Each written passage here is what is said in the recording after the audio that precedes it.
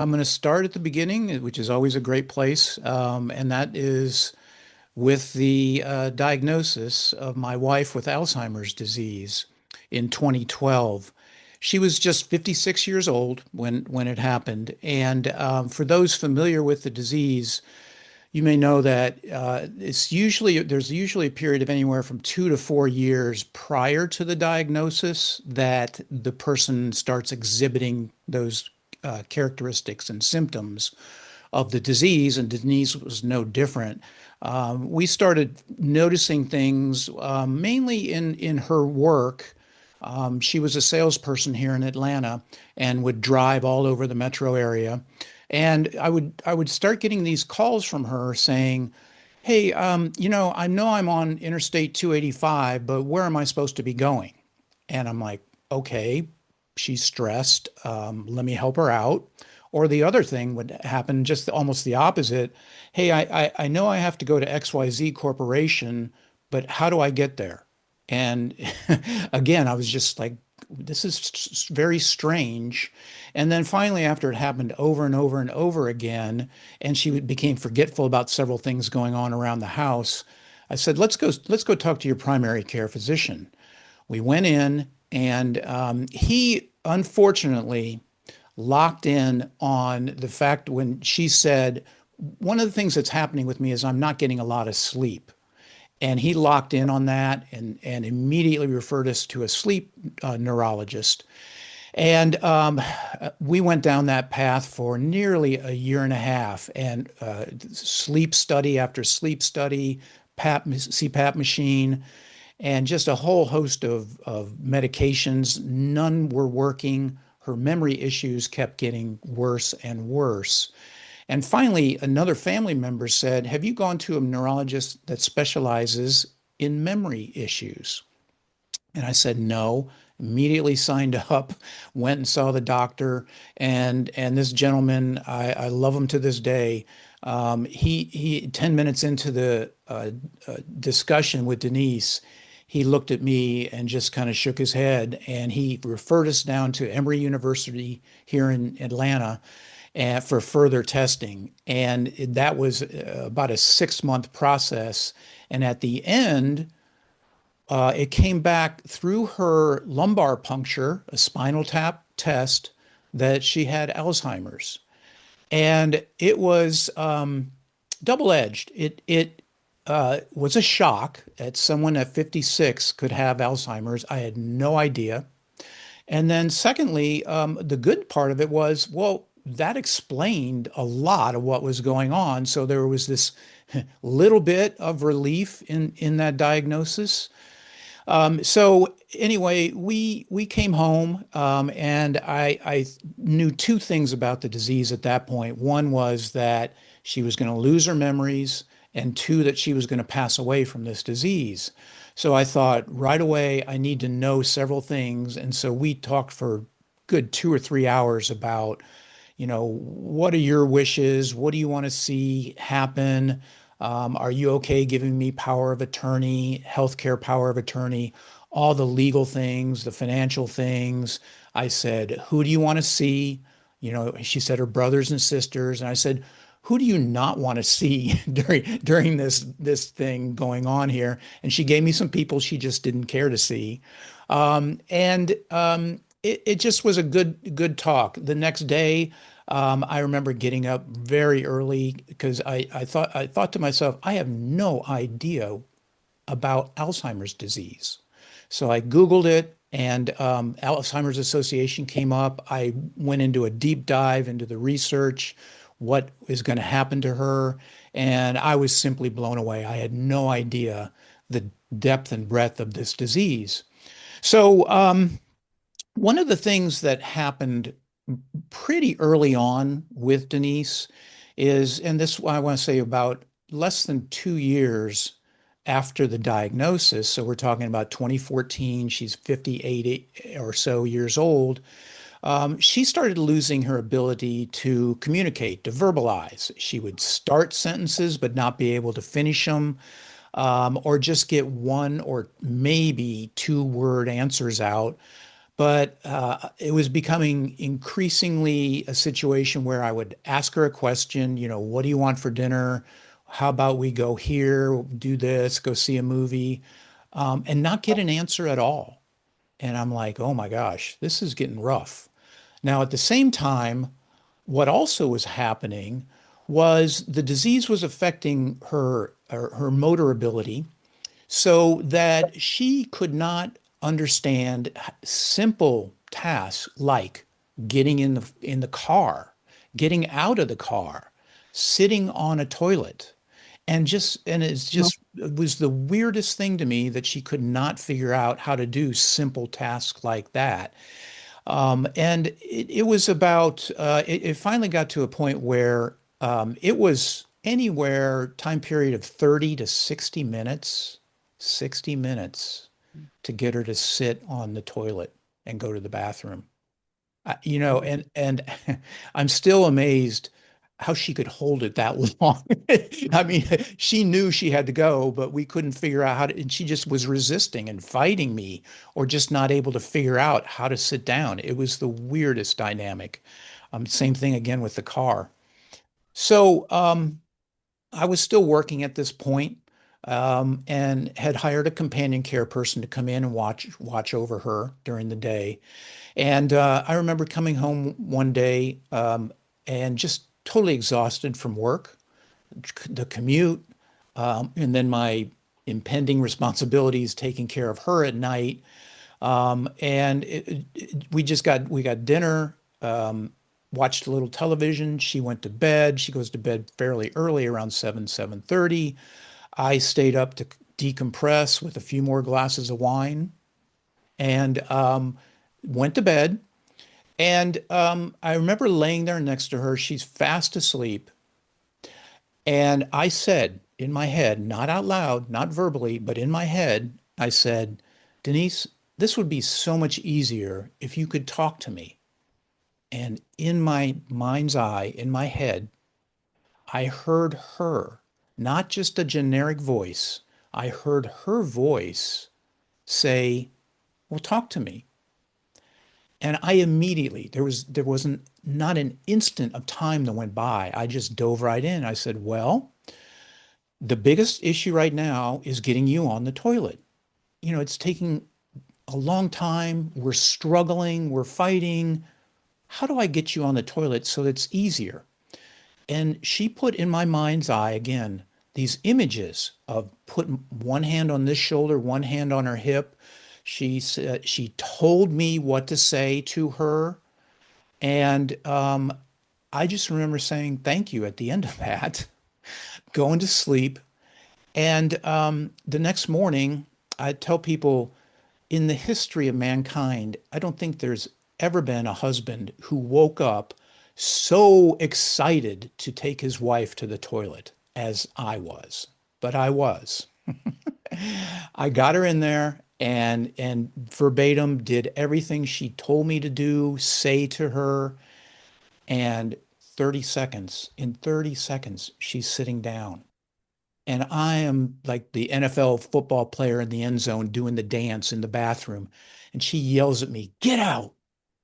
And I gladly got out. And I thought that night, I said, well, it worked. Let's do this again. And I again talked to her in my mind's eye. Her higher self is who I'm talking to. I said, okay, the other challenge is getting you in the car. Again, she just couldn't connect and be able to tell herself how to get in the car. And so once again, her higher self showed me, told me what to say to her, showed me where to place my hands and help her get in the car. And the next morning, again, same thing. We're going to a doctor's appointment, I think it was. And within 5, 10 seconds, I've got her in the front seat. And I'm just like, yes, it worked again. And so it was just an incredible experience. And I started asking her higher self again about things like diet. I said, ultimately, I'm going to probably have to place you in a memory care. And she said, first thing she said, you got to do what you got to do to take care of yourself. And it's just coming from a place of love, right? So I would ask her other questions about her care. Shortly after I started talking to her, my dad started popping in. And my dad passed away in 1985. I was in my mid 20s. He and Denise never knew each other. I met Denise about 10 years after my dad had passed away. And my dad starts coming in, and it's like, whoa, hello. Haven't seen you in almost 30 years. And we didn't have a particularly close relationship. And it was like we were best buddies again. And we would talk about things mom did, my brothers and sisters. He was a very good guide for business. He was really a smart businessman. And so I would ask him questions about work I had going on, and he would tell me what to do, what not to do, things like that. One of his passions was he was a mechanical engineer. So, of course, he loved sports cars. He loves cars. And so he would show me these images of him riding in these convertible sports cars, just screaming down the road. And about, I don't know, a few weeks after I started visiting him or he started visiting me, Denise got in the car with him. And they would both go driving, right? And I could see Denise's blonde hair flying in the wind. And it was just a incredibly heartwarming sight to see and feeling to see those two just having fun. Here are these two people. My dad had several illnesses that caught up to him at the end, terrible illnesses, and then Denise here that was unable to do things because of Alzheimer's. Yet the people I am seeing, their higher selves, they're having fun, they're laughing, they're just having a blast driving down this car, down the road in the car. Shortly after that, those scenes were shown to me. I was putting Denise to bed one night, and she loved, it was like a little kid. The Alzheimer's people tend to revert to little kids, as the disease progresses. She loved to have me read a story. So I finished reading the story to her, and I said goodnight. She laid down, closed her eyes, and 2 seconds later, she opened her eyes, stood up, sat up in bed, looked at me, and said, I'm really looking forward to getting to know your dad, Mm, right? that's information. Because I didn't need validation that I was hearing Denise or seeing my dad, talking to my dad, but if there was validation, that statement was. They had never met, never ever met. And here they were appearing with each other and being with each other on the other side, so to speak, their higher selves. And it was just a beautiful experience. So that was how it all started. And what I found is I went on, and other people who were important in my life that had passed on had started to come and see me as well. Grandmother, mom, mom not so much until recently, actually, but some other people. And then I was very active in support groups here, Alzheimer's disease support groups, and the caregivers and I became very, very friendly, very close, and we would talk a lot. Well, their loved ones who had Alzheimer's started coming to me and giving me these messages. And I'm like, what? You want me to tell George what? And I wasn't sure how people would handle these messages. So I would go up to them individually and tell George, I said, hey, George, Brenda came to me in a dream and she wants you to do this, this, and this, and she wants you to know X, Y, and Z. And most of the time I would get, okay, that's good. Where are we going for lunch? Just kind of sloughed it off. And I thought, well, I'm still going to listen. These folks still came to me, and I would still continue to deliver messages. And that practice grew and grew to the point where I realized, there are 7 million people with Alzheimer's disease. Mm. That many people need me to help their loved ones navigate this situation. So I started putting it out there. I developed a website, and I offer now readings to people whose loved ones have Alzheimer's. And it has just been a beautiful, beautiful experience to be able to talk to these folks. And most of the time, they have specific messages for their loved ones.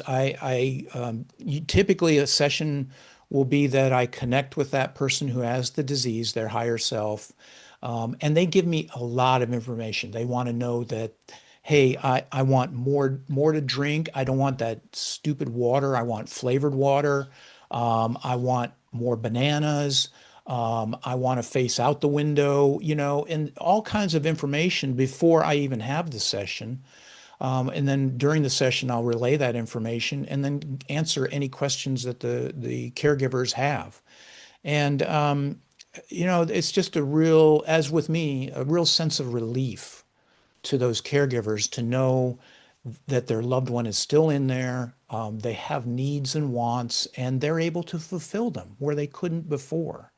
So it's just been something that's been, and obviously, as David mentioned, the telepathy tapes has just launched that, and kept me. I call it. I am beautifully busy right now, doing just so many readings for people, and that's evolved. I mentioned to David that several people say, "Do you teach this?" And again, like that night that Denise started talking to me, I didn't hesitate. I had never taught it before. But I said yes, and I developed an outline, and I've had many, many students continue to have people inquire about learning how to communicate telepathically. So that's the bread and butter of it. One quick interesting point also, most of the telepathy tapes is about the autistic non-speakers, right? And I love that Kai has been able to let people know about their situations. And it was a beautiful revelation when they told us about the hill. And for those who don't know it or haven't heard those episodes, briefly, the autistic non-speaker kids, their higher selves, they meet at this place and they call it the hill. And so when that revelation came out, I think it was last summer, I thought to myself, I wonder if I could go to the hill. So I got quiet, opened it up, and I said, "Hey, can I go to the hill?" I immediately got the response, "No, not yet." Like, okay, thank you very much. Oh, um, it was then about 2 or 3 months later, a mom of an autistic non-speaker reached out. She found me. She wanted me to do a reading for her child. Did another one, did another one, did another one. And they started finding me. The very first one, the lady who reached out to the mom who reached out to me, her daughter Mila, again, right before the session, I reached out to her and said, Mila, are you there? She immediately took me to the hill. And I cannot tell you how beautiful the hill is. It is just these, I don't know how many thousands of kids just over there, just exuding love to each other, to their parents, and just giggling, laughing, playing. And it's just a beautiful, beautiful place to be. And they've told me there will be more. There will be more that come to you and that you'll read for their parents. And so I've had some very, very just beautiful and meaningful experiences and telepathic communication with those kids, all in the interest of helping their parents understand what's going on. So, wow. so David, there you have it. There's so much more I could explain. It's all in the book. The book during my journey, I had so many incredible stories about Denise and what she would do or what I would experience, let alone the telepathy. And people would tell me, "You need to write a book. You need to write a book." And I would say, "No, I'm not an author." Well, finally, after Denise passed away in 2021 and my work had kind of settled down, I finally had the mental space to say, you know what? this is important. I need to write this down. And thus came the book. And within less than a year of starting to write it, I published it, self-published, and it's out there. I was telling David again, I wanted this book to be, it's like me. I don't sugarcoat things. I tell it like it is. The book tells it like it is. My heartbreaking experience is, watching your wife disappear. It's horrible. And just kind of what happened during that. It talks about the disease and what it is not, and also talks about, again, the chapter is really, again, really, my brother has Alzheimer's, my younger brother, again, 57 or so when he was diagnosed. Mm. So I'm communicating with him regularly to help. His daughter is his primary caregiver. So that's talked about it. I talk about that in the book as well. And so there there you have it. So David, That, yeah, whatever else you want to ask. that was a great summary. You summarized your book well because the parts I wanted to highlight are the ones you highlighted in your talk. But Okay. before we leave the hill, that was a real surprise. That's I'm not sure what to ask, but that's fascinating that you're initially told because I remember in one of the telepathy tapes, there's a one of the teachers who's working with these non-speakers was finally allowed to go there and actually recognized a couple of the students that he had worked with or knew about. But anything more on the Hill? Tell me more what that's like, because I am fascinated what these kids are saying. They're learning all sorts of literature in different languages, and tell me more. Yeah, yeah. I think the reason they said no, not yet initially was they knew I had more work to do with the dementia folks and the dementia community. And I might add too, it goes beyond dementia. I've had a client whose mom had a stroke, went silent. So several other debilitating diseases or incidences where they've gone silent. So it goes beyond that. But I think they wanted to make sure that, I was that's my kind of specialty, right? Mm. And they wanted to make sure that I it got those folks first. So I think now they in fact I remember I meant to mention when I first went there with Mila, I got the message, and there are certain and this is my term, not theirs, kind of gatekeepers, kids that are a little more advanced that say, okay, Dan, come on up. Um, and they were the ones that told me, yeah, we've been watching you. We see what you're Wow. doing. It's beautiful, and you're now going to start working with us. And it's just I don't know how else to describe the hill. I mean, it is truly a hill, is what I see in my mind's eye. Lush grass. There's a lot. There's toys there that these kids play with. They're just they're so free in on the hill because they don't have the inability to communicate. They can communicate. Any physical ailments have gone. They're just running around playing, exchanging notes, exchanging, hey, have you tried this or that? There's a small group that they love math. They sit there and do math, huge math equations, like Hmm. all day long. And it's just, I don't know, crazy the things that they do. And it's just really beautiful. They exchange music. They really like the music that they hear. I've gotten several messages from some of the kids that I read because and I tell my folks, it's not a one and done. If I read your loved one and they come back, I'll let you know more about what they're saying. Well, these kids keep coming back to me. They love car rides. They love getting in the car with me and riding around. If there's a song I'm listening to that they like, they'll come in and say, hey, I like that song. And I said, okay, I'll tell your mom. And I text mom with that information. So it's just all kinds of information going on at the Hill. So, Dan, um, what I'm wondering is children grow up to be adults. Are there no adults there with autism on the Um, Hill? I am sure there are. I haven't run into any though. I mean, my focus have been my typical client. The oldest is 13-ish, youngest Oh, is about 4. So Huh. it tends to be the younger kids right now. I'm sure I mean, to your point, they're probably there. Um, could you ask them and let us know? I will. I will. Good question. Good question. Yeah.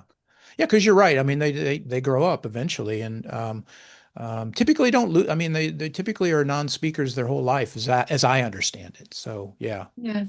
yeah. Oh, I'll let you know. thank you.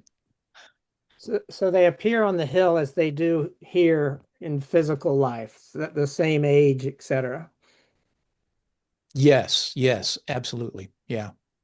And you said that they're waiting for you to free up to be able to do that. Are you doing that almost exclusively, or are you still reading Alzheimer's uh, people as well? Yeah, mo most of who I'm reading are still the Alzheimer's people, or again, the other illness that may come into play. Probably 10 to 20% of my work is with the autistic non-speakers. Yeah. And do you do readings for anybody or primarily non-speakers, be they autistic or Alzheimer's or pets? Good question. Good question. Right now, it's humans. It's the non-speaking humans. Um, it's interesting, David. I've just not had an interest in talking to pets. And I've kind of like I did with the hill, can I go to the hill? Uh, I will see a dog and say, "Hey, do you want to talk?" And I usually don't get anything back, or just a no, or just a very vague or one or two word answer. The other day, however, I remember I was up at a horse farm and helping groom a horse. These horses are used for horse mental illness therapy, Yeah. and I was getting to know the owner, and she was having me groom Jesse, and she said, "Now put your hands on him and sync your breathing to him." It's a way of him being able to understand you, and so I did, and Jesse, the horse, gave me these beautiful, beautiful images of how he used to run through fields and just feel the grasses on his feet, the wind in his face. And it was as if I were Jesse and I was looking through his eyes while my hands are on his belly. And again, so just a beautiful, beautiful thing that he shared with me. Now, I don't know where that's going to go. I kind of I don't have a curriculum, David. uh, if they point me to start working with animals, I'll let you know. But right now, no, it's pretty much the non-speakers. Yeah.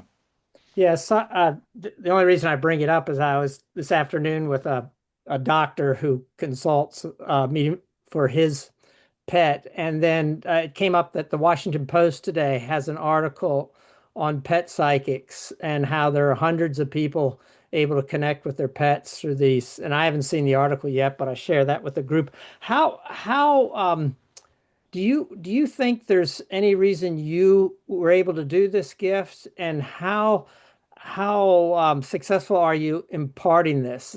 In other words, you didn't have a near-death experience, or did anything happen as a child that you think opened you up to this ability? And how easy is it to teach people how to do this?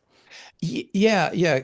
So it was while, the situation I described was very much a light switch being turned on. When one day I wasn't talking to Denise, the next day I was talking to her higher self.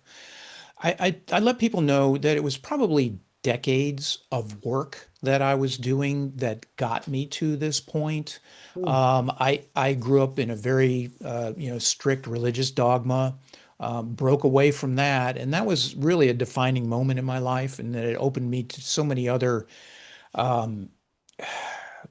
life situations and how we are as really spirits incarnated into bodies. Mhm. light beings, literally. And so it was decades of studying that, doing shamanic breath work. I studied and have become a Reiki master, and just all kinds of. I'm a huge fan and follower of Dolores Cannon's work, and just love what she did, and it just opened my mind, and so it's just continued to be this expansion of my thought, my consciousness, and literally probably the merging of my consciousness with the universal consciousness and individuals who have incarnated and have chosen to have Alzheimer's. So it was decades, like I say, of kind of opening my mind and my thought processes to believe that something like this could happen.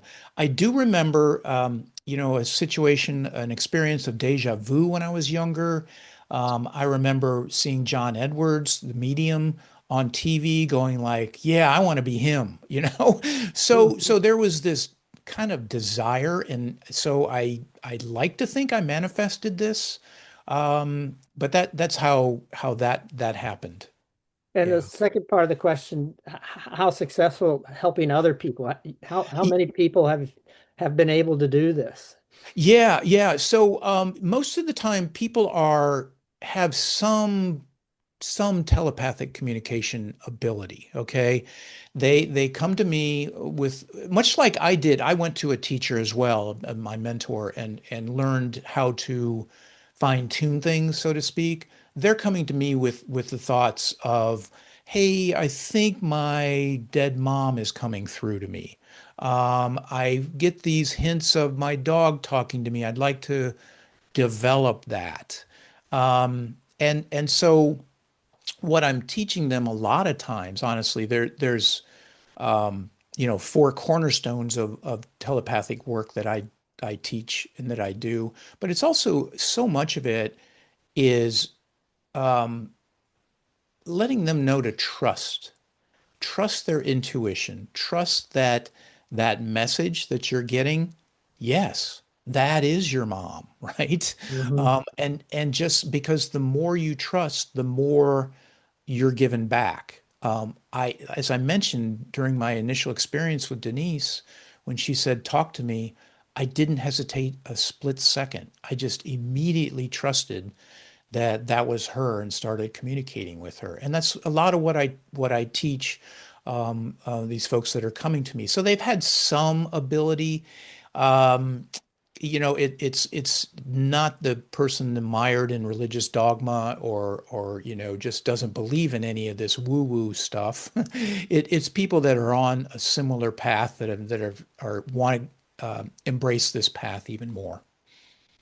Okay, thank you. And you use the phrase I was speaking with her higher self, which makes sense.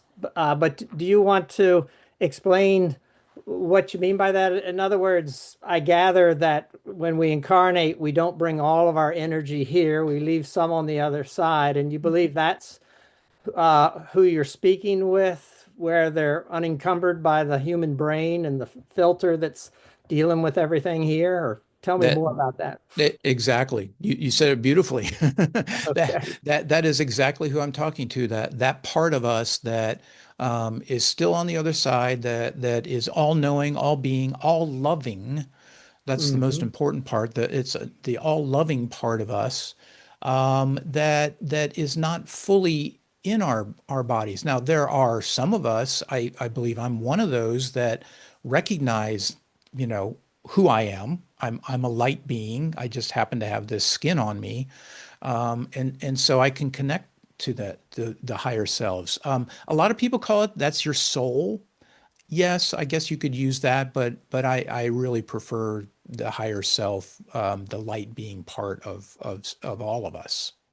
And the communication, it wasn't third person. It wasn't like you were saying, "What should I do to help her?" And the voice you would hear would say, "You need to help her do this." It was actually first person, "Help me to do this." Absolutely, Okay. absolutely. And like back then, I got images, right? I still get images. Imagery has always been a big part of me. I was a competitive swimmer, and during practice, I remember imagining in my mind the actual race and touching first. And so those typically we called it visualization back then. Well, right now the universe recognizes that's a way I understand things, so they send me a lot of imagery. When I'm reading somebody's, typically my readings, I have no idea what the person looks like, but I do get an idea in my mind's eye what that person looks like. The universe, I'm revealed that that person's higher self reveals that to me. And they talk about all kinds of things.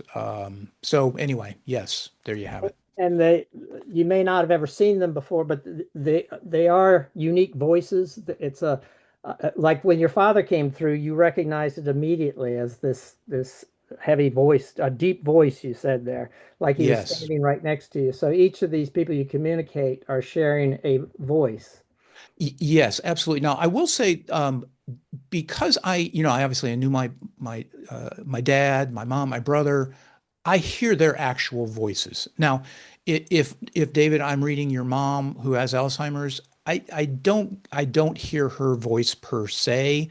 I get an image of a woman, and I hear words, phrases, sentences, and I know that that is her. Okay. Mhm. Yeah. Okay.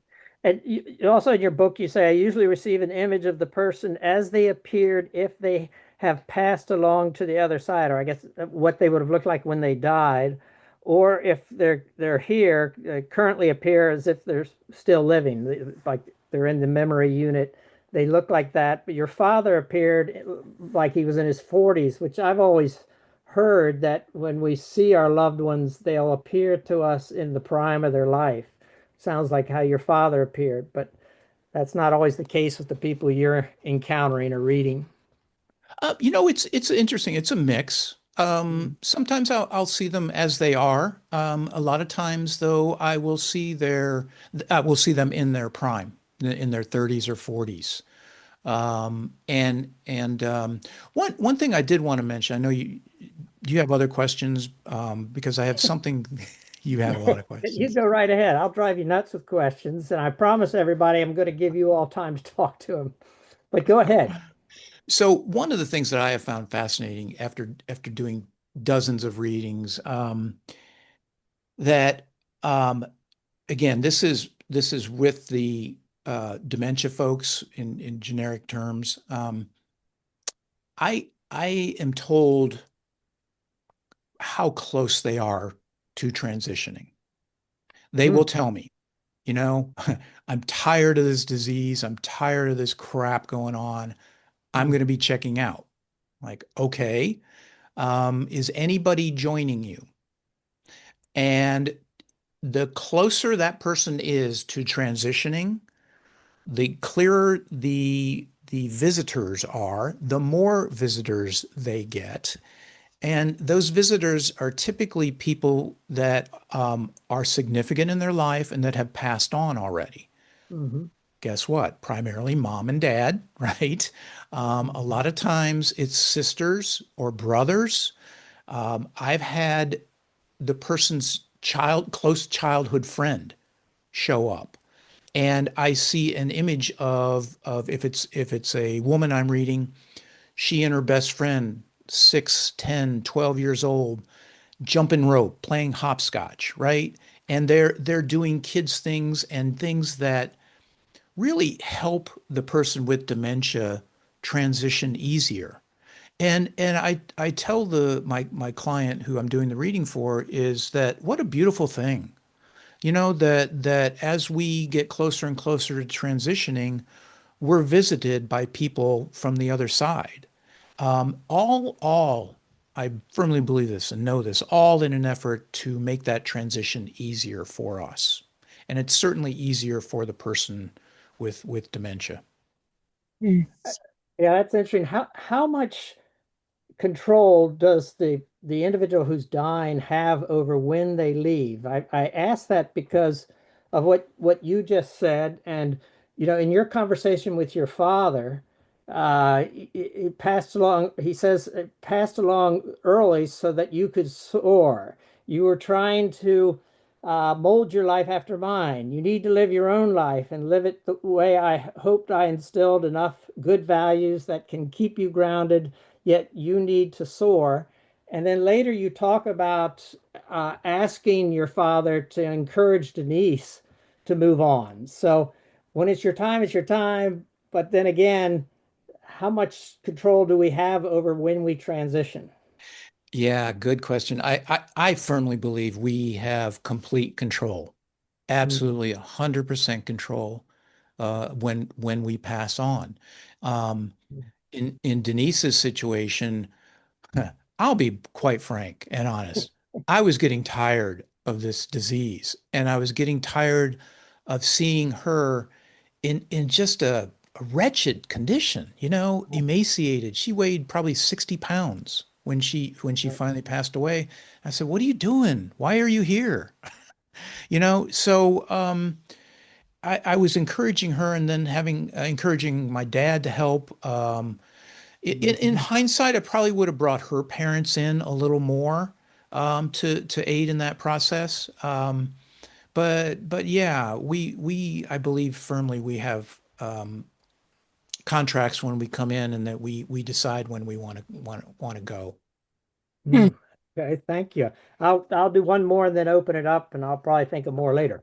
Um, so you said one thought that brought you comfort was, hey, I can communicate with her higher self when she's passed on. This is kind of exciting that the conversation doesn't end.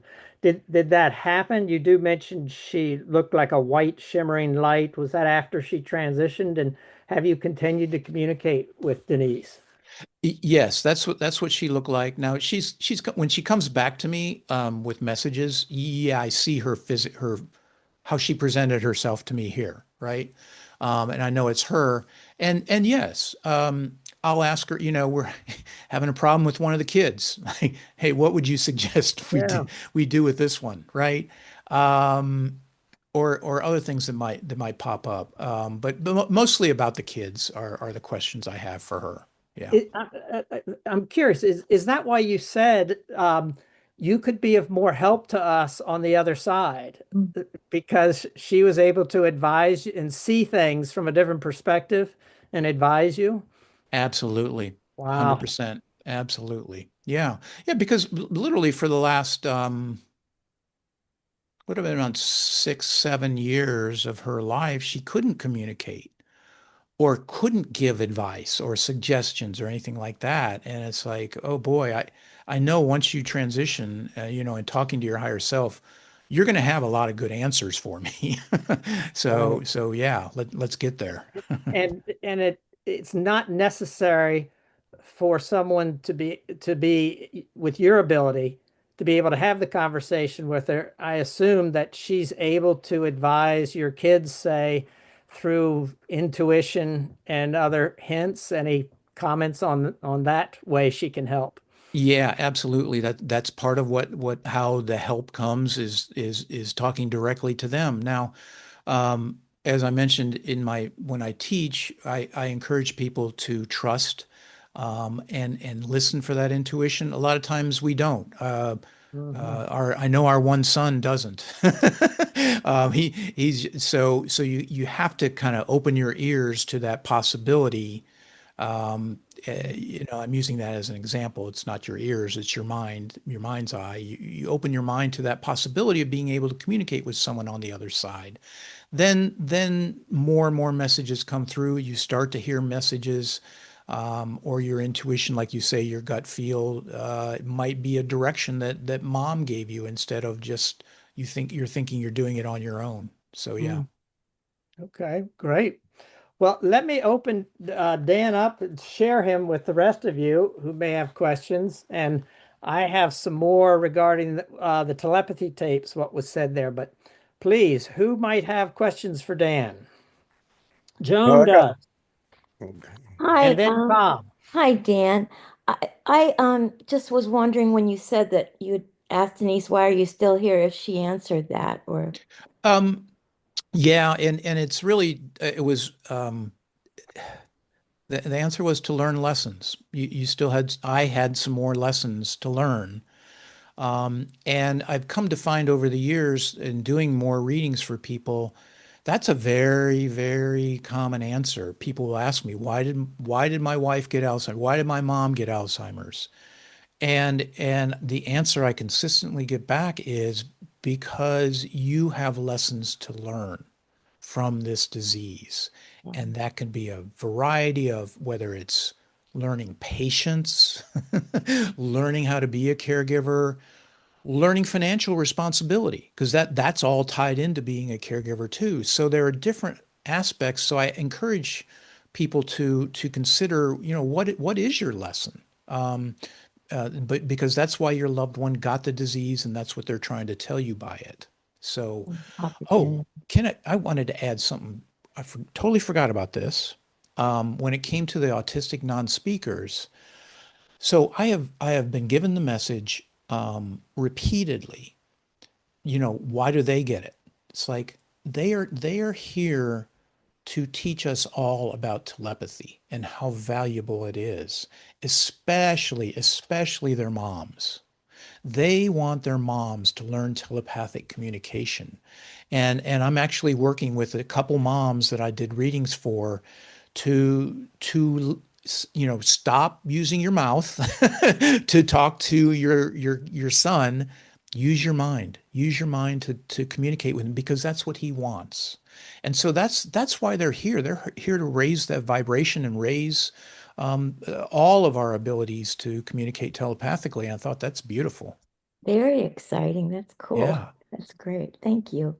Good. Tom, did you have a question? Yeah, I was wondering, okay, so you were getting these messages at night when you were laying next to her. Was there a situation where eventually you could actually deal with her during the day? Like if there was something going on with her body during the day that wasn't all that great and you wanted to find out what to do, could you do it during the day too, sort of in real time, or did you have to wait again till night to get the answer? Yeah, good question. I over the years I developed the ability to do it in real time, so to speak. Yeah. Now, a lot of times, especially right after I first started talking with her, and others, I couldn't be next to them because their demeanor, their energy is just so low, right? They're just not present. They're in wheelchairs. Their energy is heavy, and so it was kind of dragging me down. So I would have to literally go away, go out to the car, go home, and um, and then telepathize. So it wasn't a true real-time situation, but it gave me answers that I could go back the next day. Now, again, over the years, after doing this so many years, I'm have learned to. It doesn't matter. It does not matter. That episode that dropped in December, where I read Pedro, they asked me if I would do it at his facility in front of him, and I said yes, and it worked perfectly fine. So I've learned to overcome that concern about them being in front of me, and give those readings and that advice in real time. Yeah. So a lot of times, I mean, if you look at near-death experiences, you know, you can see somebody's body's going through all kinds of contortions and all this kind of stuff, but they're not really there anymore. They're not just experiencing that. But the same thing with Alzheimer's, and you're looking at this body that's going through all these contortions and all this stuff, and and if you didn't know better, you'd think, oh, this person is suffering, but really they're not actually involved in that, or I mean, it's going to be different with everybody, but I would say generally, yes. Yes. Most of the time, near the end, they have checked out. There's very little left in the physical body of their being. And so those contortions are just something that the body is going through. And of course I think the body is conditioned to look like it's in pain, because of that's the way we were taught. But it's like they have pretty much checked out at that point. So yeah. Uh, okay, thank you. Carol, and then Rob. Carol, if you want to go ahead. This hasn't come up, and I don't know if it fits within your purview, but do you know anything or do you know about communication with people who've died by suicide? Yes, actually, interestingly enough, one of my first clients was someone that had done that. And come to find out in telepathizing with him, it was accidental. So the family had a lot of relief, honestly, over that. He had was experimenting and just took it too far. So while it looked to the outside world like he had consumed too much alcohol and pills and committed suicide, that was not the case. Mm-hmm. So that's your only experience with a suicidal person? Um, Trying to think. I believe so. Yes. Yeah. So they don't come up with telepathy very much. Well, Do you I know mean, any researchers who have done anything along telepathy with that? No? I don't know. I don't know of any. Yeah, I Okay. don't know of any. I mean, if someone were to come to me and said, "Hey, my brother committed suicide. What happened?" Of course, I'll reach out to him and get answers. But it just hasn't been no one's come up to me and asked me that. Okay. Thank you. Hmm. Thank you. Rob. So, Dan, do you ever get some peace and turn it off? Yeah, I wondered that too.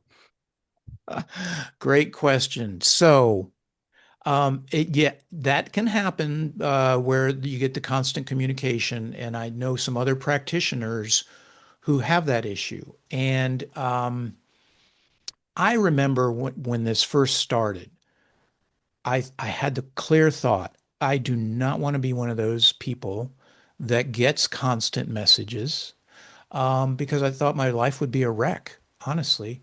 So I reached out and I kind of made this deal. Honestly, I call it the deal. I told people, I said, I will read you whenever, okay, but there's got to be an agreed upon time, and I want my time to be my time. And so everybody up there agreed. And so no, I don't. Now that said, there are times where, I might be driving or we might finish this call and all of a sudden somebody comes in, drops in, and of course I'll listen, I'll take notes and do what I need to do to communicate with them. But no, I have a friend who does this kind of work, and she said I wake up 3 o'clock every morning, people just talking, talking, talking. And I'm like, I don't want that. No, I don't want that. Hmm. So I have this nice deal that I don't get that. At least not right now. Who knows? The deal might change, but not for now. So you've asked these people who drop in to please come back later. I've heard of mediums ask their guides to protect them and not do it during certain times of the day. And that's exactly what this is.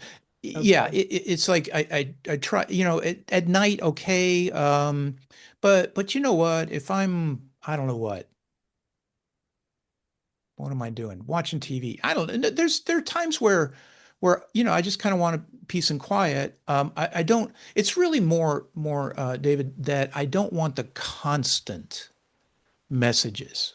Uh-huh. Now, a lot of times, interestingly enough, I get messages around music. So if I'm at a concert out in public, people drop in and they give me messages, and I gotta find my phone and go, oh, wait a minute, and write some things down so I don't forget Uh, them. So they drop in without any knowledge, but most of the time I want to say that, hey, I'm reaching out. Hey, Mary, now I want to connect with you. What messages do you have for me? so I'm just curious, do you have days where you're free? I mean, how barraged are you with this? Um, Not too many days that are free, but Uh, again, I have learned, got to block off my schedule so no one can schedule me, all day Saturday or all day Sunday, or maybe take 5 hours off on a Friday afternoon, something like that. So I I, because for a while, oh my gosh, I was doing 3 or 4 readings right back to back to back to back, and loved it. Loved that I was helping people. Yet at the end of the day, I would like, I'm a zombie. I'm just so tired. So I knew that wasn't healthy long term. They talk about how you have to raise your frequency to connect with them, and it can be really draining. Do you experience that? Another great question. No, I really don't. I find it invigorating. Honestly, I get done with a reading and I'm like, I can't sit still. I gotta go walk around the house or I gotta tell somebody, Sorry. So it's really invigorating, especially with those kids, because um, unlike the Alzheimer's people who are nearing the ends of their lives, their energy tends to be down. Kids are kids. They're so excited, right? And their energy is so up that it brings me up as well, too. So I love it reading the kids. Cool.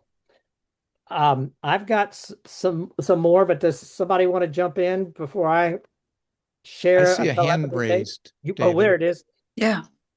Hi. Hi. I don't know if you can hear me. I'm Angie. What a great pleasure and what a fantastic experience all of this is. My question is terminal lucidity. Did Denise actually have a moment at the very end or close to the end where she was able to come back to you as her old self and then retreated again? No, not really. The most salient episode was I walked into her room one night, and she's laying in bed and she's staring across the room at the wall or the ceiling. I couldn't tell, but I knew she was talking to somebody on the other side, most likely mom or dad. So I said, "Hey, are you talking to your mom?" Silence, nothing. I said, "Are you talking to your dad?" And she goes, "Yes." I said, "Okay, I'll go sit here in the corner and let you finish that conversation." Um, the only other time was right at the end, the last few hours of her life. Again, she was having trouble, or I perceived she was having trouble letting go. And she always in her entire life trusted her oldest sister whenever she was making a decision about any big part of her life, big decision, she would call her oldest sister and they would talk through it. And say 90% of the time she would do what Trisha said, right? So finally I said, you know, I'm gonna call Trish. I'm gonna put the phone against your ear. And I encouraged Trish to say, just go, Denise. It's okay to go. Go see mom and dad, etc. Whatever you want to say in that regard. Um, and darn it, sure enough, Denise, her physical self picked up on that language, that talk track from her oldest sister, and within a matter of hours, she had passed away. Huh. Yeah, yeah. So, but no, nothing, no big, every once in a while, but I think this was more Alzheimer's related. She would, appear to be zoned out, but yet you'd say something and she would come right back into the conversation and we're all shocked. But I really believe that was more, I've seen that a lot in that disease, but no real big lucid moments right at the end of her life. No. And David asked this question earlier. What do you think happened to you that you had this breakthrough, this switch came on, and you were suddenly able to communicate telepathically? What do you attribute that to? I think it was a part of the deal of me coming here. Honestly, I mentioned I think it was years and years of being open to it, kind of not kind of, but open to different practices, open to becoming a Reiki master through Reiki energy. I one time I wanted to be a channeler. I love John Edwards, and so I was very open to this kind of work, and really, and also started getting into meditation a lot, which I still do pretty heavily today. That just strengthens that connection to your higher self, to the universe, and so it was a combination of all those things. And I just think this was my mission, and that was that moment when she said, "Talk to me." Was the doors opened, the light switch went on, and the universe said, "Go. Here's your chance," right? And I dove right in. Fantastic. Thank you so Thank much. I have a Thank question. you. Laura,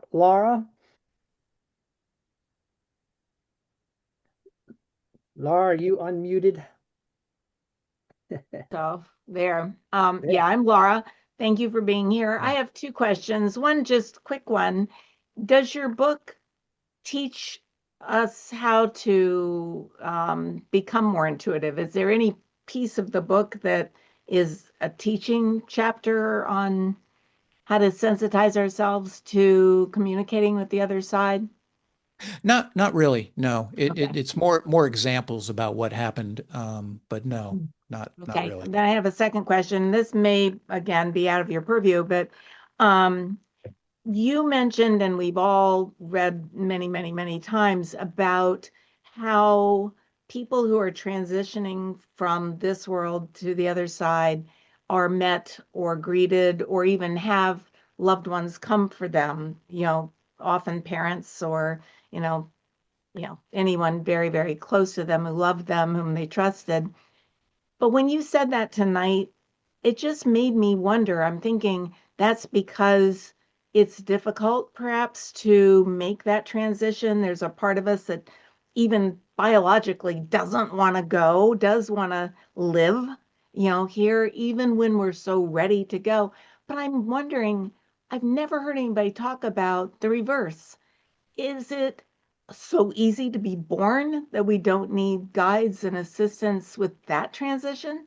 I mean, is the idea that because you've got a birth mother who's waiting to hold you in her arms and nurse you, and hopefully a father, you don't need help from the spirit world? Because not every baby born is greeted by love, for one thing.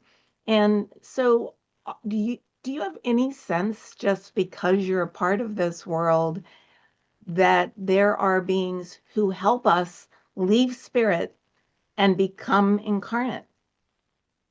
Oh, yes. Absolutely. Hmm. Absolutely. Yeah. So I, births are attended by spirit.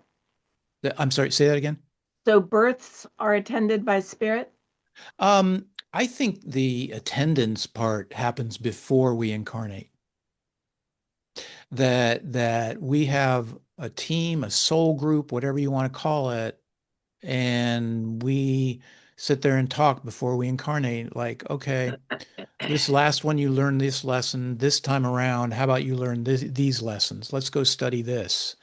And so that's when that happens. Now, yeah, there may be instances where our guides come and are in the birth room with us. Yeah. But I think most of that happens afterwards. And I That's what think I'm so, wondering.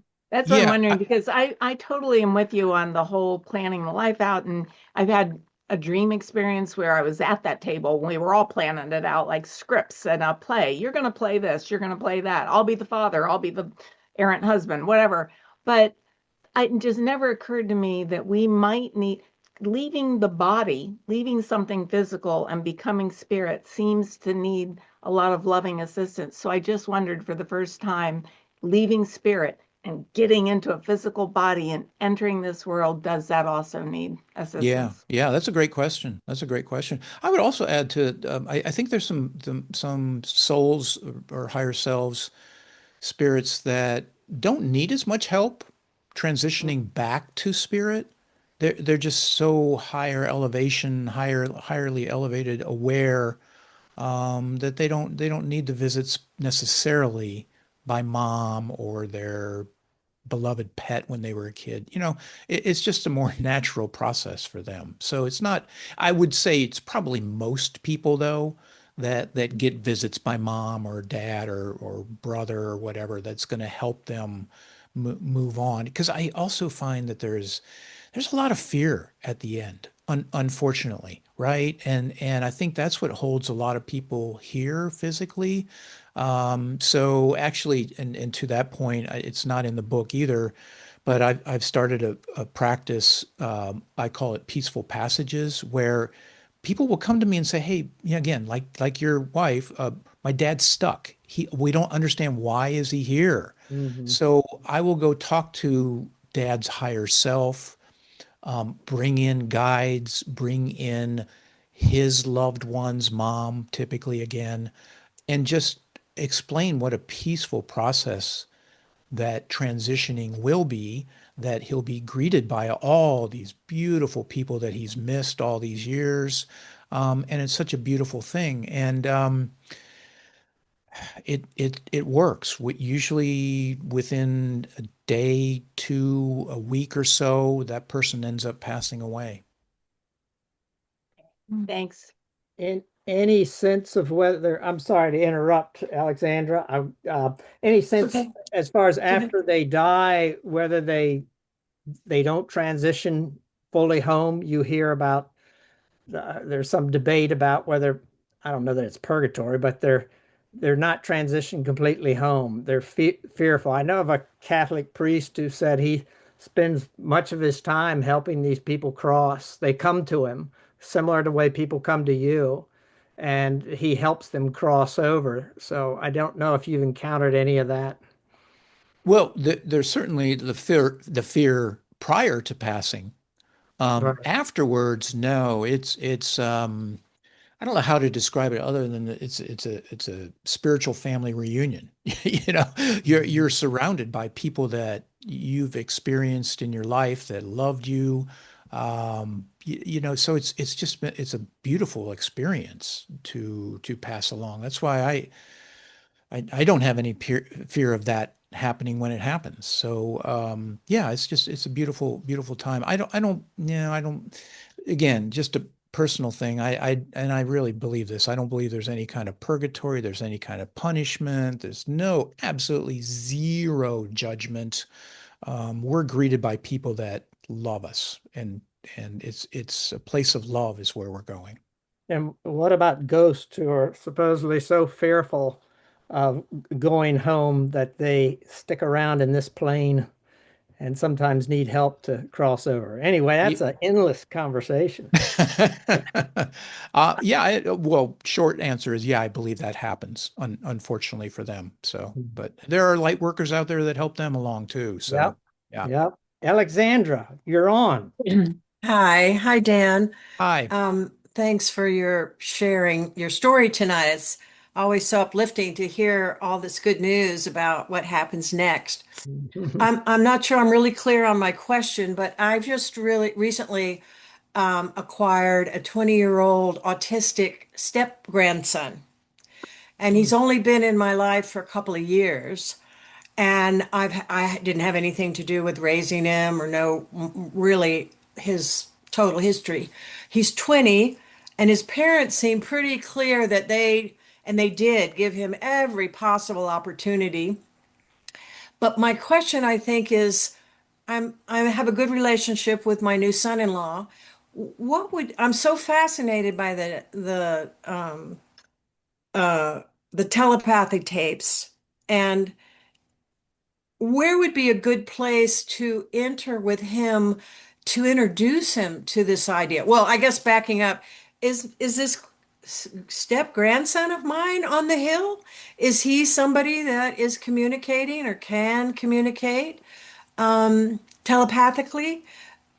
He's been determined or been rated. Let's see, what am I trying to say? He's been evaluated to be functioning at about a 3-year-old level. Hmm. So can you say a little bit about what his inner world might be like, and if he is would my son-in-law get in touch with you to do a reading, or could he and his ex-wife read some of this material and have some new information or enlightenment about him? I think the answer is yes to all. Okay. Yeah. Sorry, I know I'm kind of excited because it's like No, this, no, that's it's great. this beautiful So, thing that I totally feel I get mhm. intuitively. I haven't studied it, but I'm fascinated. Yeah, I think the first step is always getting somebody comfortable with it. And that may be where just share your experience of tonight.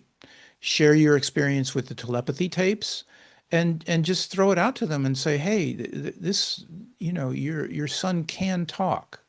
It's just a different way. And this is what the telepathy tapes has been exploring for 2 years now. And check it out. Just be gentle with it. Just have them just check it out, because the autistic non-speakers want to talk, right? And if you want to throw it out there, that I would be happy to have a session with them. David, I think you are giving out my contact information. Pass that along to them. Be more than happy to do a reading of him and see what's going on. Absolutely. Okay, well, that's beautiful. I'd Yeah. love to be able to offer that. Yeah. I think Yeah. the personal experience, is a big thing. I had a reading of a daughter. I was reading for a daughter.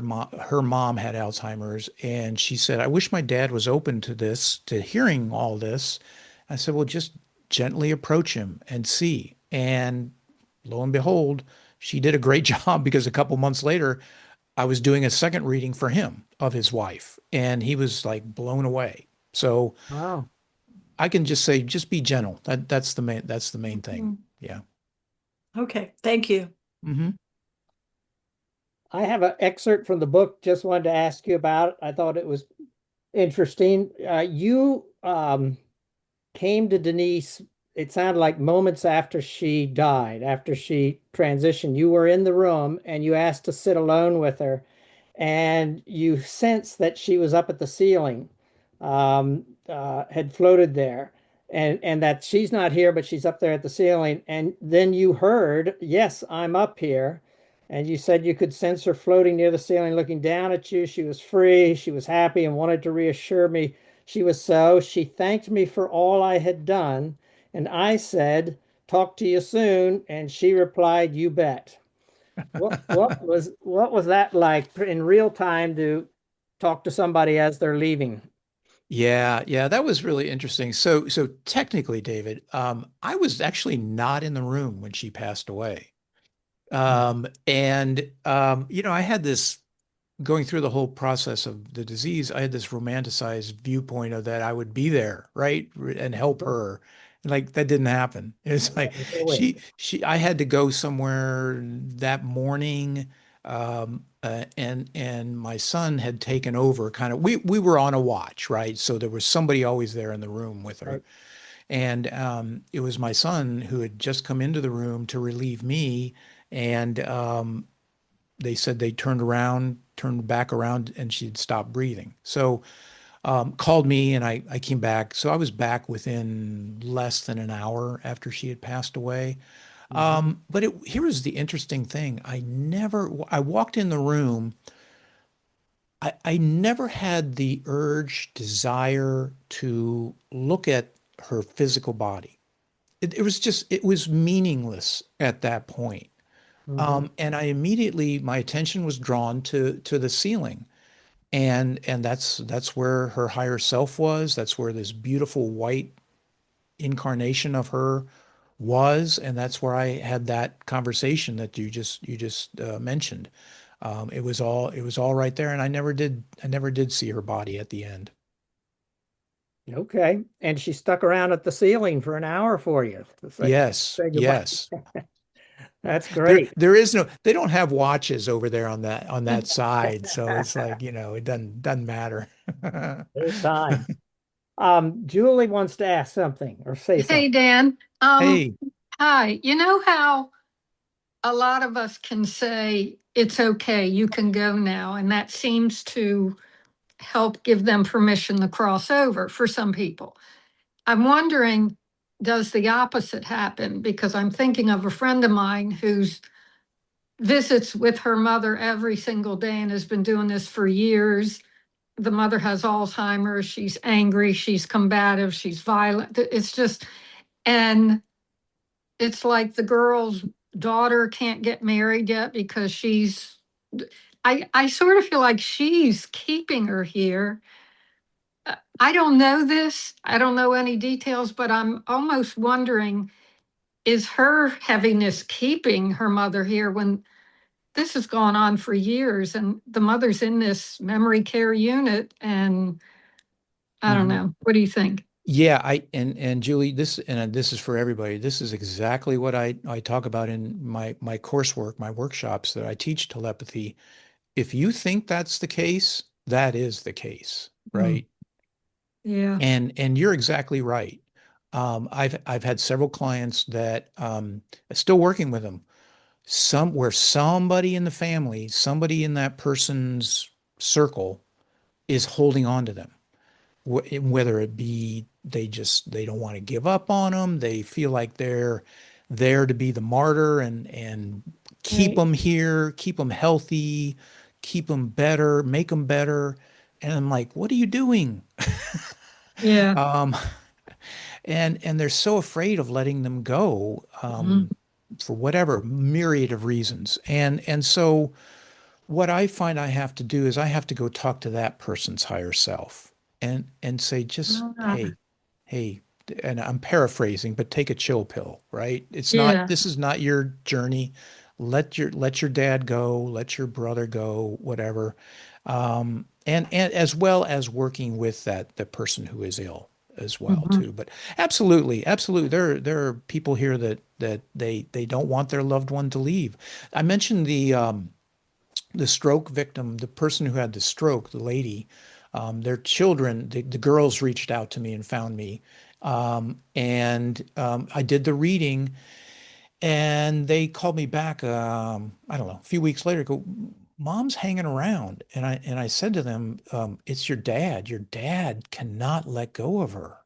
Mm, And it took a lot of work talking more to the dad's higher self than actually the woman who had the stroke, to tell the dad, look, dude, you're going to be fine. Your daughters are going to take care of you.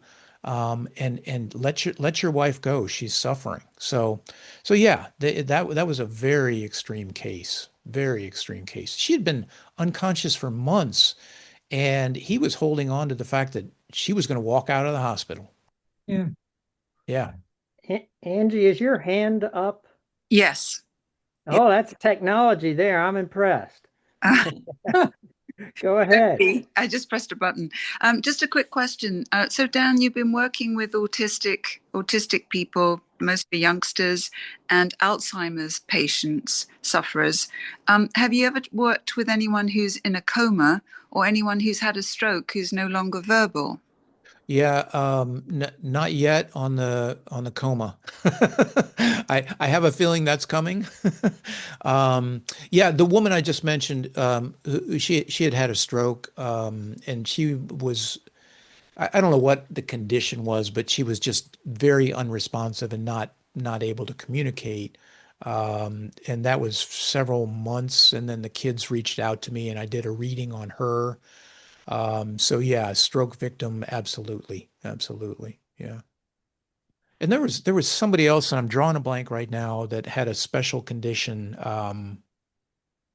unlike dementia or autism, and I cannot recall what that was. But basically, I can work with anyone that's non-speaking. Yeah, absolutely.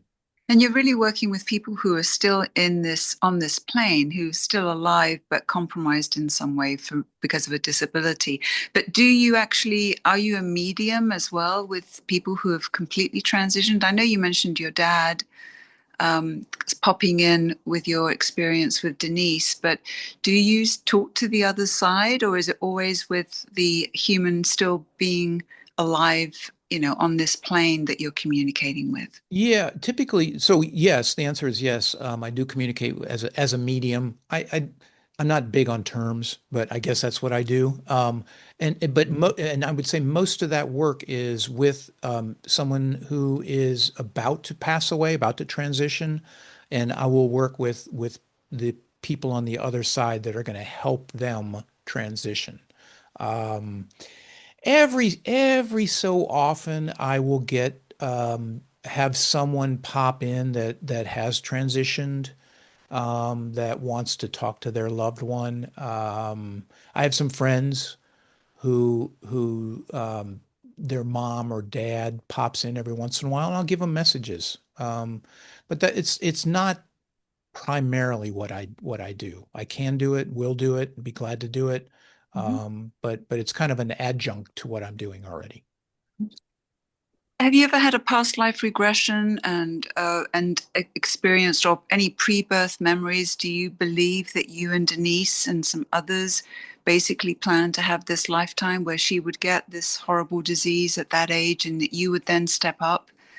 Um, Yeah, I had the intuition to know, or I think I did it during a might have been a meditation of that she and I had this soul contract where we went back and forth on lifetimes, where like the last lifetime I had dementia and ah, she was the caregiver, and we were going back and forth on that for a while. And I said we need to get rid of that. You know, we need to stop doing that. We've learned enough at this. It's a horrible thing. So I wrote out this kind of artificial contract. I signed it. I said we're not doing dementia caregiving anymore. Something to that effect. mm, Took it to her, had her scribble it, her signature, and then tore it up. Huh. yeah. Yes, I have done past life regressions with a facilitator. Mhm. And then I realized I don't need a facilitator. I just sit down, get to a quiet place, do a meditation, and am guided by the universe to a lot of times I'll just say, what past life do I need to go back to learn something? And I'll just go there. One day this was fun. So I sat down and I go, I want to see a future life, Mm. not a past life. I want to see a future life. And I was given this scene of I'm on the beach. It's just idyllic beach collecting seashells with my partner.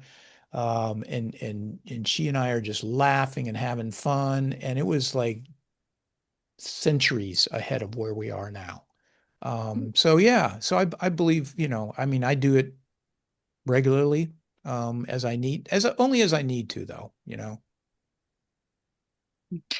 Wow, When, We're anxious to I have love this. We're getting really woo-woo. I love it. Thank you. it. well, when you said you wrote a contract and you both signed it, that sounds very Dolores Cannon because I think she talks about or used to talk Yeah. about anything where you can actually sort of end the karma, as it were. You can forgive each other and say, you go your way, I'll go my way. Enough is enough. Let's not keep um, continuing with this sort of swapping places and continuing the relationship in this particular way. And so that sounded very much like Dolores Cannon, what you said just a few moments. Yeah, and you know, I think that was about the time that I was very much. I swear I've probably read every Dolores Cannon book there is. So that was probably about that time. So you're right. Yeah. Mm, thank you. Thank you. Julie, did you have a question? Yes. Um, do you know presently who are some of the people in your soul family or soul group? I think yes, yes. I can tell, and I'm discovering more of them, especially now that this work is opening up. Yeah. And you know, I'm very much out there. They're like, oh yeah, let's go talk. So yeah, there are probably three or four that are living that were just part of my life pre-dementia, pre-Denise, post-Denise, but there are more and more people that are coming in that I know they're part of my soul group. Yeah. Yeah. Yeah. Inga Melick. Have you guys heard of Inga Melick? She was on a telepathy tapes episode. Mm-mm. She was I can't remember when. Anyway, I randomly picked an episode to listen to. She was on it, and I said I remember 2 minutes in, I said I'm talking to that lady. I'm talking to Inga. It wasn't like, oh, I got to remember that, you know, I'm going to reach out to her eventually, or it would be nice to talk to her. The thought was, I am talking to Inga. The minute and I called her, And she and I talked for an hour and a half the very first time we talked. And I realized she's in my soul group. I call her my soul sister. Yeah. Um, and now we are talking about collaborating actually on teaching telepathy. So Cool. stay Wow. tuned. Yeah. Yeah. Yeah. Great. Yeah. Good luck. Thank you. Well, we've gotten to 8:30. If there aren't any more pressing questions, I actually have a story to tell that was the telepathy tape story of Dan's second episode. So you have and if you want to chime in at the end to embellish this, but in the first season he's interviewed because, as you told me at the beginning, they Googled you when they were getting emails about um, Alzheimer's patients, communication with telepathy. And so they interview you there. And then in the second season, they actually send Kai's best friend or one of her closest friend, Rebecca, to Atlanta near where you are and go to see this woman's father. So Rebecca, Kai's one of her closest friends, was a translator in an earlier episode. Her father, Pedro, and mother, Maria. Pedro's got Alzheimer's and has not spoken for 6 years. And they come to Atlanta and they ask you to visit. And Kai sends her sound band there and she plays some of that. But I thought it was fascinating how uh, uh, Pedro, I think, reached out to you beforehand and was talking to you. He wanted food with more flavor, more spice. He's what Cuban background were they? Yes. And he said, "Turn on your mind so we can talk." And Pedro sent info telepathically, and that he was sorry about his life and how difficult he made life for his family. I thought that was very interesting.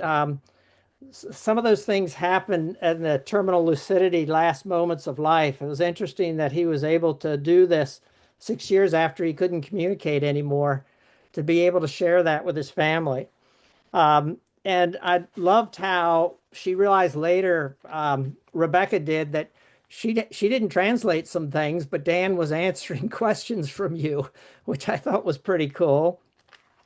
And what was the last part? Oh, when they said goodbye, she went over to her father, Pedro, Rebecca did, and he actually talked for the first time in 6 years, at least it said on telepathy tapes, and said that I understand and I'm okay. And she interpreted that as I'm okay being in this place and I love you. And they exchanged those words. I thought that was a lovely story that they didn't know how it was going to go, but it turned out to be very revealing. So, any comments? Is that a true story? Oh, that's absolutely true. Okay, and I'll give you the epilogue to that. Oh, good. I think that's what it's called. Yeah. Um, so earlier this year, I had in my head, Pedro reached out to me telepathically. He said, "Come Wow. see me, come see me." So Hmm. I called up Rebecca. I said, "Can I, can I go? Can I go see him? I want the family's permission to go see him." And of course, they said yes. So I go up to his community. And same thing. I walk in the room where he's in a community room. He's in his wheelchair, and he looks up, and he gets the biggest smile on his face, and he starts jibber jabbering Hmm. and just talking and talking and talking and talking. And of course, it's all in Spanish. He's from Cuba. He doesn't know English, and he's just talking. And I'm think, okay, well, let me get my phone out. Let me get a translation app on here. And it took me forever, but he was basically, I think he was just so excited because he was just jibber jabbering. It wasn't anything really intelligible. I think it was the Alzheimer's, but he was just talking up a storm and just so excited to see me. And at the same time, as I was leaving, I got again such a strong message, both verbally and a feeling of I'm done. I'm Hmm. done being here. And I said, I'll help you with that. As I described the peaceful passages, I went to his higher self, showed him how beautiful it is on the other side. I Huh. told Rebecca this, and she said, "Do I have time to get there?" And I said, and he communicated to me that yes, you do. She flew out here, and a week to 10 days after my visit with him, he passed away. His whole family was around him, and Rebecca had a beautiful experience being there with her dad when he passed. Wow. Yeah. A great epilogue. That's got to be in a future telepathy tape episode for her to wrap that up. That's great. Yeah, yeah. Well, they're just spoiler alert. I'm doing another interview with them next week, Wow. about some of this of people who are about to transition being visited by their loved ones. Because in Okay. that Dr. Kerr episode, Sure, yeah. she asked him, do you know if this happens with people with dementia? And he really couldn't answer it Mm. because as a scientist, you can't get feedback from somebody who has dementia. They're just not able to communicate that. And that's when I said, "Oh, I gotta let them know that yes, that absolutely happens." So stay tuned again. I'll let you guys know when that episode is coming out, but should be coming out. Well, I don't know. Hopefully this summer sometime. We'll see. Great. Well, Dan, this has been fantastic. Thank you so much. Oh my God. Thank you all. Thank you all. Beautiful, Wow. beautiful people. Thank Yeah. you so much. Thank you for your time and listening and great questions. Yeah. Keep up the great work. I'll get this recording up on our site for more people to see. Awesome. Take care. Thank you, Dan. Okay. Thank you guys. Okay.